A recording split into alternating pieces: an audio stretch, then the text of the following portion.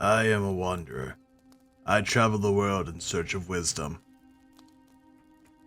On this day, those who follow the path of the elements mourn the death of VEGA'JOVA, wearing clothes of grey as associated with Nora. It has been many years since she departed, but soon we will be celebrating her return. This is a tradition we celebrate every year, over the course of 7 days, ending with, as one may guess, a bonfire, where we sacrifice something we hold close to our hearts. Although this is never a living thing, thankfully, VEGA'JOVA was particular on that. I can only imagine what it would say of us if we regularly sacrificed each other for her sake. The final rite is reflective of the way VEGA'JOVA was finally executed all those years ago. Most children know this story by the time they come of age, but for the few who were born outside of Kor'Tharos, this is the story. In her final year, VEGA'JOVA was brought before the 12 warlords who ruled over the greatest nations of the time. She was brought by the warlords themselves, for they believed her influence and power was a threat to their own. They accused her of many crimes, the greatest among them being heresy and blasphemy. When asked if she was going to deny the charges, she simply responded, "I have told you the truth every moment of my life, and yet you still accuse me of lying. So I will not waste my breath on fools such as you. Do your worst." And so it was decided that death would be the punishment, as it was the most popular form of punishment at the time. The most popular method of execution in that time was sending the convicted to sea, letting Moda claim them in their entirety. So the warlords gave her a raft designed to fail and sent her out, declaring, "May the gods bestow upon you the curses you have bestowed on the true believers of their ways." VEGA'JOVA, unimpressed, stood and walked off the raft. But rather than sinking, her feet were held steady by the water. She began to walk to the shore, shocking the crowd that had gathered. When she arrived at where the 12 warlords sat, she asked, "Why do you continue to invoke gods that you have abandoned, who care more for these people than you ever have?" The warlords, surprised and enraged, prepared a new execution method for the next day. At the first light on the second day, they gathered the heaviest stones they could throw and threw them at VEGA'JOVA. She did not even flinch as these stones hit her and broke against her skin. When they threw the last and heaviest rock they had, she caught it with a single hand and threw it back, killing the warlord who threw it. She then told them, "If you're going to throw these at me, at least throw them properly." In dismay, the warlords realized what they were up against and began to discuss amongst themselves. But the sovereign among them declared, "We have already committed to this path. There will be no going back unless you wish to join her." On the third day, they used strong Lormar vines to create a loop to wrap around the neck, snapping it when they would push her off a high place. But when they placed it on VEGA'JOVA, it withered against her skin. So when they threw her off a ledge, the vine snapped instead of her neck, freeing her. On the fourth day, the warlords brought her to the northern mountains and chained her there, leaving her to freeze to death by the grasp of Laran. By the end of the fourth day, she had returned with a ball of snow which she threw into the face of the sovereign.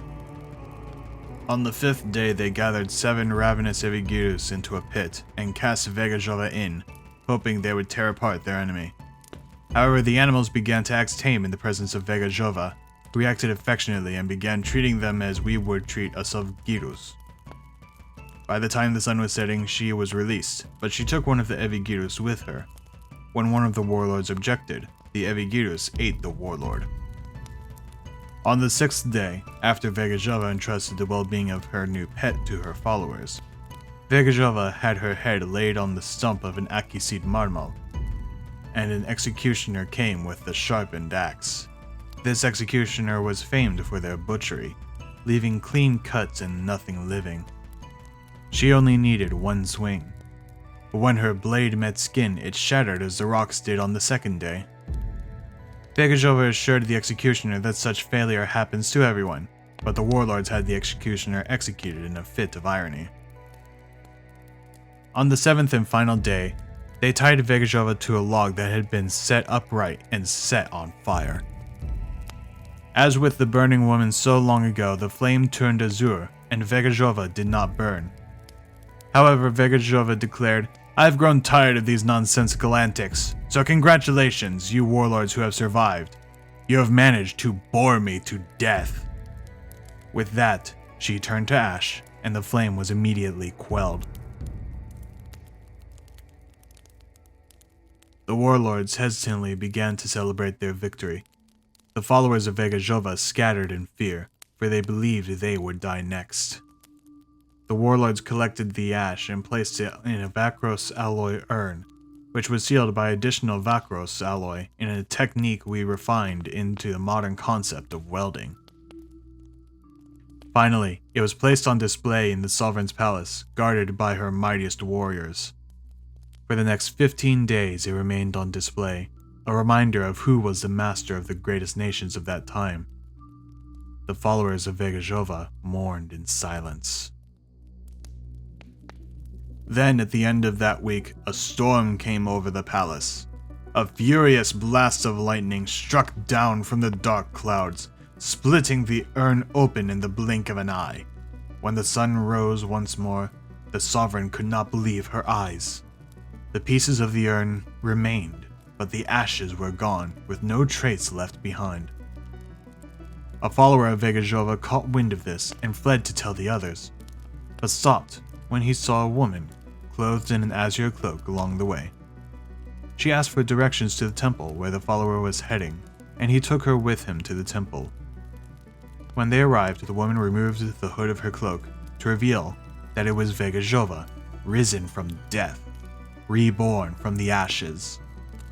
Her skin now displayed the scars of the flame, though she seemed to otherwise be in perfect health. She asked for Logar, her Jevsora, and she received it. After this, as the Sovereign gathered the other warlords in the night to discuss what had occurred, VEGA'JOVA entered the palace and slew them all, leaving their heads in the Sovereign's throne room and leaving to anoint the next Sovereign. As I have written this, I realize how fewer and fewer of us will remember this story and tell it to our children, and how fewer and fewer of those children seem to care for the stories of our ancestors. Truly, I fear that as we progress as a people, we will lose the many traditions and stories that make us who we are. Perhaps for some stories this is for the best. For others it would mean none of our children would be worthy to join the Tharos, and the way would be lost forever. But this is a risk we must take if we are to become a greater people. For that is, beyond all other things, our way.